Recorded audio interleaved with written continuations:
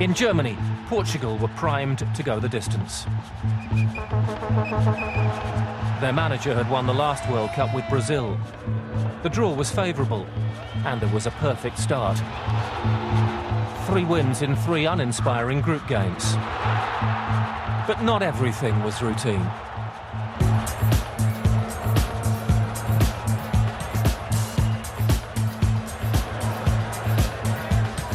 Functional football had been the order of the coaches, Portugal included. Ronaldo simply expressed himself, giving the fans something to watch for the price of turning up. And Big Phil still got his results. In the last 16, Portugal and Holland hacked away at each other in the World Cup's dirtiest match ever. 4 red cards, 16 yellow. Like Pelé in '66, Ronaldo was kicked out of the game. Very disconsolate and tearful Cristiano Ronaldo. Well, how quickly will that heal? Quickly enough for another gruelling quarter-final against England that went all the way to penalties. Once again, the pressure was too much for those in white. And this time, match point fell to Ronaldo. After a cheeky nod to David Beckham's spot kick story, the rest was never in doubt.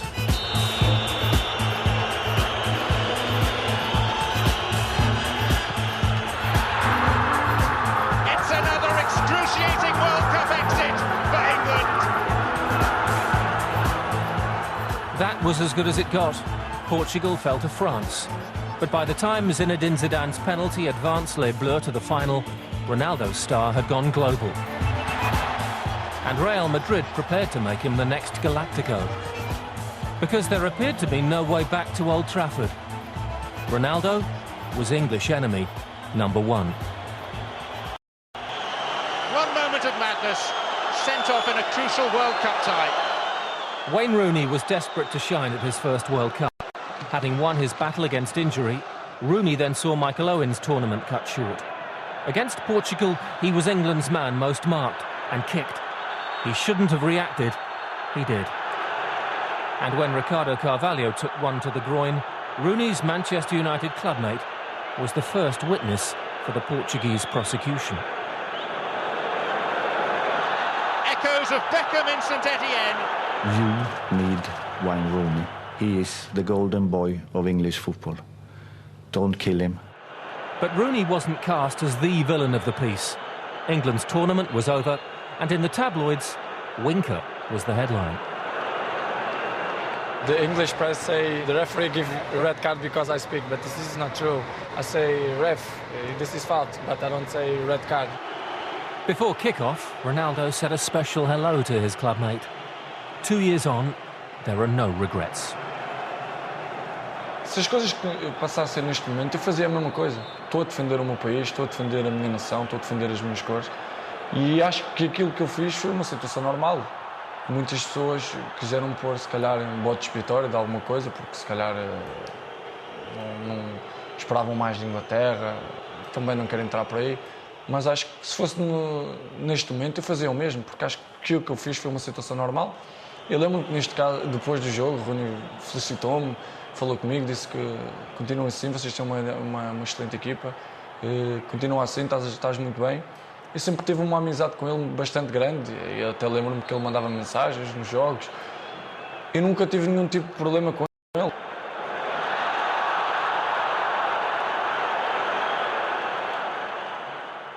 Four days later came a taste of things to come. Thousands of England fans had bought tickets for the semi-final, and in their eyes, Ronaldo had been no innocent bystander.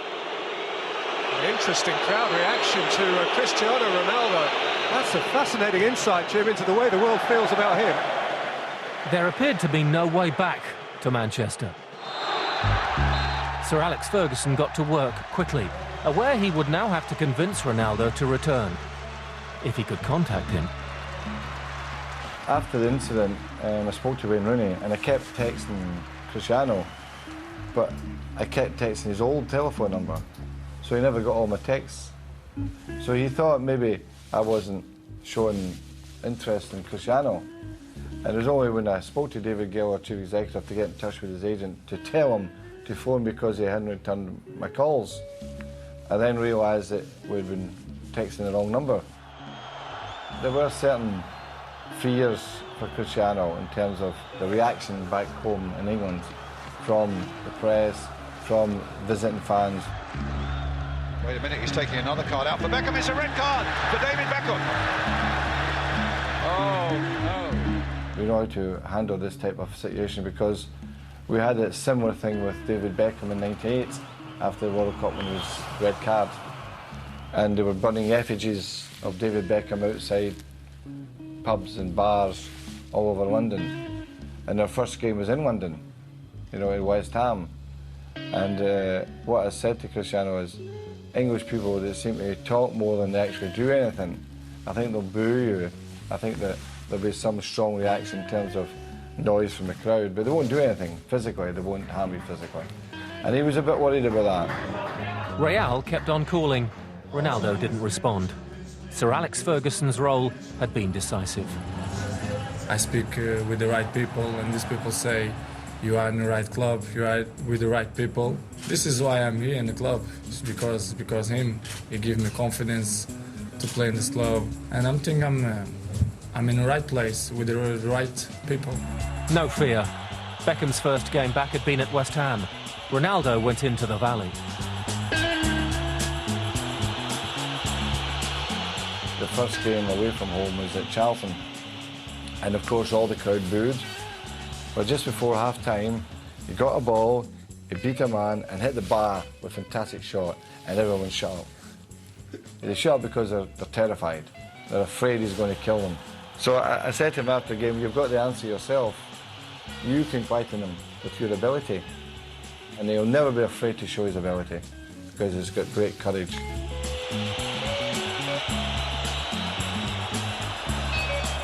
Não esperava ser recebido da maneira que fui. Todos os estádios ser assobiado. Mas isso são situações que também não são boas, mas por outro lado também há coisas boas, porque fazem-nos crescer psicologicamente.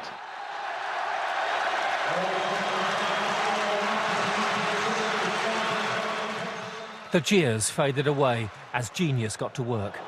Jet-propelled heels, blink and you miss it trickery, and dead balls to die for. The boss set Ronaldo a 15-goal target. By the spring, Ferguson's new generation had blossomed into league champions, and Ronaldo had scored 23 times. Two arrived on one of the great Old Trafford nights. Here is Cristiano Ronaldo. Running at Kivu, beating the goalkeeper. All his own work. After 3 seasons of underachievement in the Champions League came a breathtaking quarter-final demolition of Roma. Ferguson was closing in on another treble chance. Until Kaká got to work, as United ran out of steam in the semi-finals. The Brazilian would be voted World Player of the Year. But Ronaldo's reformation was complete. He's showing everyone how good a player he is, and I think not only that, the English fans only boo good players, so I think that's a sign of respect, and you know, I think every English fan is happy that he's playing in the English league. Rooney and Ronaldo were two of a kind. United senior players talk of natural talents with an insatiable hunger to get better. These players these days, you know, they're so confident. You very rarely see them lacking confidence. Like Cristiano and Wayne, you know, they're made to play for a big club like this and in the big games. The first place, the winner, Cristiano. Last May, Ronaldo made history. The first to win England's 3 major